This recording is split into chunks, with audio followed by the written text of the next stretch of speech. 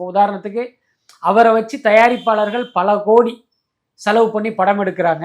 இவருக்கு கொடுக்குற சம்பளமும் கூட அவருடைய மார்க்கெட் வேல்யூவை விட 2 மடங்கு.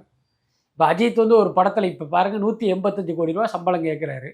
உண்மையில் அவருடைய வேல்யூங்கிறது கிட்டத்தட்ட ஒரு 75 கோடி கொடுத்தாதான் அஜித்தை வைத்து படம் எடுக்கிற தயாரிப்பாளர் பிரேக் ஈவன் ஆக முடியும். லாபம்ங்கிறது 2வது கதை. அப்போ அந்த 75 கோடிங்கிறதே நியாயமான சம்பளம் இல்லை. ஆனால் அதை விட 100 கோடி அதிகம் வந்து உங்களுக்கு நீங்கள் கேட்குறீங்க.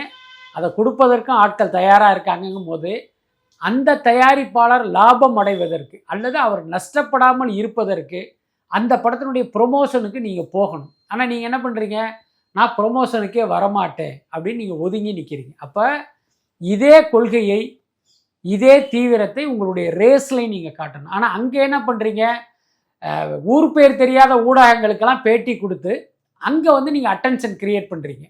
அப்போ உங்களுக்கு அங்கே வந்து ஊடக வெளிச்சம் தேவையாக இருக்குது. அப்போ சினிமாவுக்கு ஒரு நியாயம், கார் ரேஸுக்கு ஒரு நியாயமான ஒரு கேள்வி இருக்குது.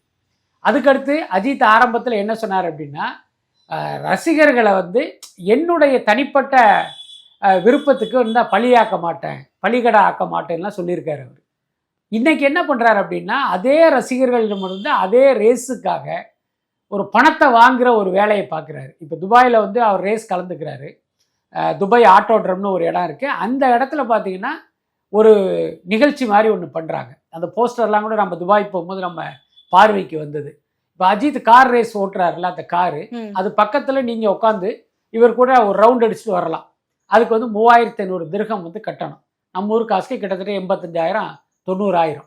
யோசிச்சு பாருங்க. இப்போ அஜித் கூட ஃபோட்டோ எடுக்கணும்னு பல பேர் துடிக்கிறாங்க, பல வெறியர்கள் இருக்கிறதெல்லாம் பார்க்குறோம். அப்போ அவனுடைய பலவீனத்தை பயன்படுத்தி நீங்கள் காசு வாங்குறீங்க அவங்ககிட்ட இருந்து. அப்போ இது விமர்சனத்துக்குரியதா இல்லையா?